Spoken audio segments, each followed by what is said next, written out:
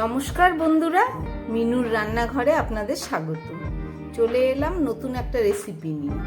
আজকের আমি তৈরি করব কাঁচা আমের জেলি চাটনি। তার জন্য যে অসময়ে দোফালা আম গাছ থেকে পেড়ে নিয়েছি দুটো। এই আম দিয়ে ভালো করে পরিষ্কার করে আমটাকে কেটে আপনাদের জেলি চাটনি করে দেখাবো। তাহলে চলুন শুরু করি।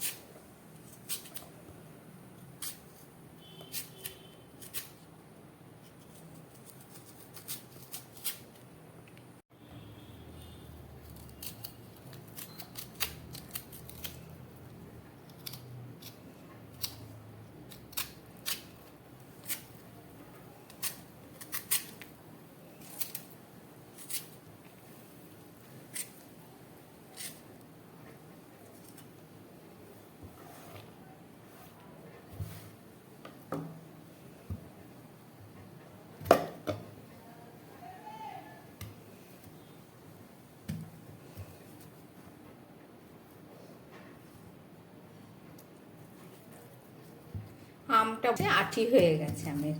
আমি দুই পাশ থেকে এটা সুন্দর করে কেটে নিচ্ছি।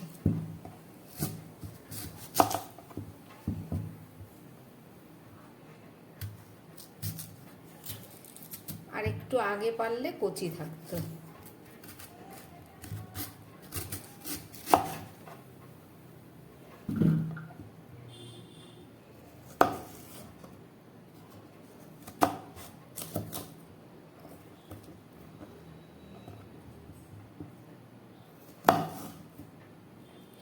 ঠিক এইভাবে আমি পুরো আমগুলোকে কেটে নেব।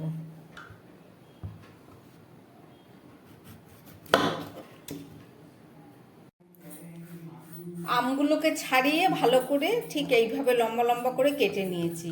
আর এই যে বীজ হয়ে গেছে, এই বীজটাকে আমি বাদ দিয়ে দেবো। এই আমের টুকরোগুলো দিয়ে আমি চাটনি করব।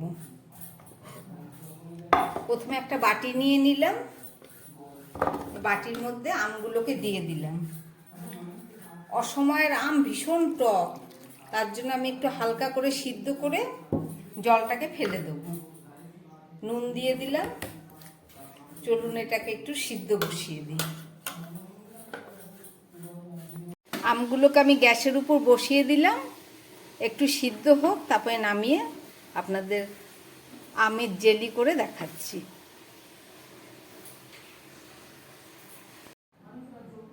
আমটা হালকা সিদ্ধ করে নিয়েছি, এবার এটাকে ঢেলে নিচ্ছি এর মধ্যে।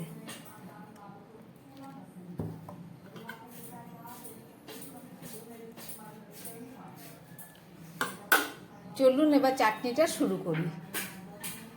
আমের চাটনি তৈরি করার জন্য কড়ার মধ্যে আমি সামান্য পাঁচফোড়ন নিয়ে নিলাম। পাঁচফোড়নটাকে ভালো করে ভেজে আমি এটাকে শুকনো গুঁড়ো করে নেব।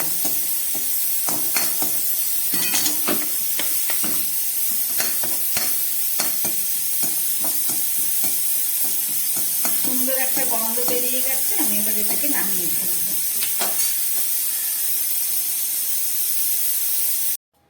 আমের জেলি চাটনি করার জন্যে কড়ার মধ্যে হালকা একটু সাদা তেল দিয়ে দিলাম আমি, একদম সামান্য।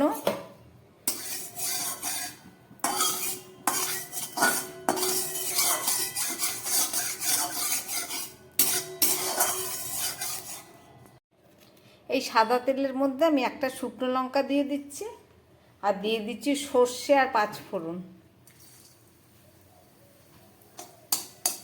এই মশলাগুলোকে আমি আবার তুলে ফেলবো।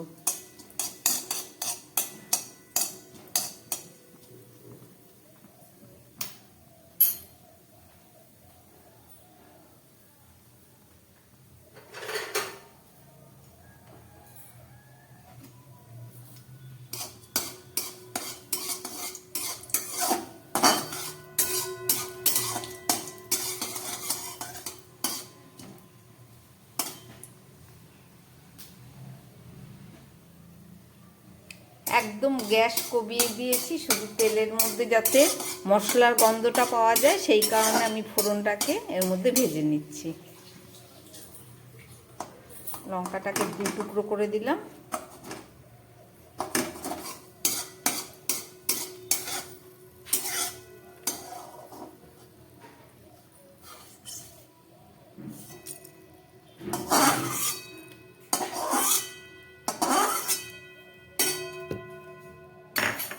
এবার এই তেলের মধ্যে আমি দিয়ে দিচ্ছি খুব সামান্য পরিমাণ জল।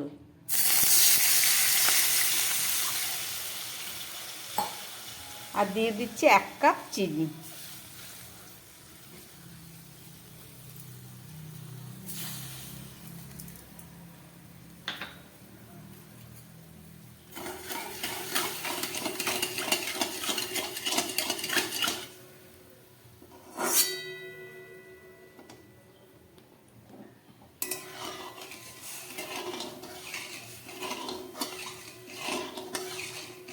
চিনিটাকে খুব ভালো করে আমি নেড়ে চেড়ে গলিয়ে নেব।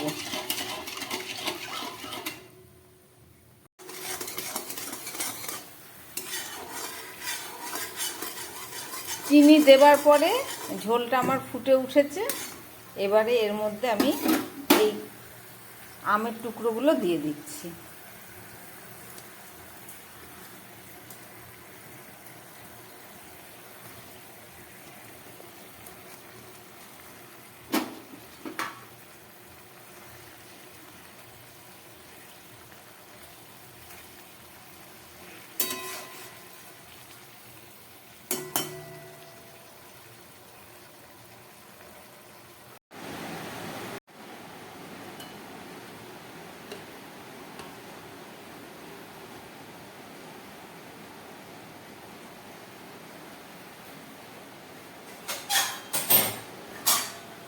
আমার আমের জেলি চাটনি রেডি হয়ে গেল।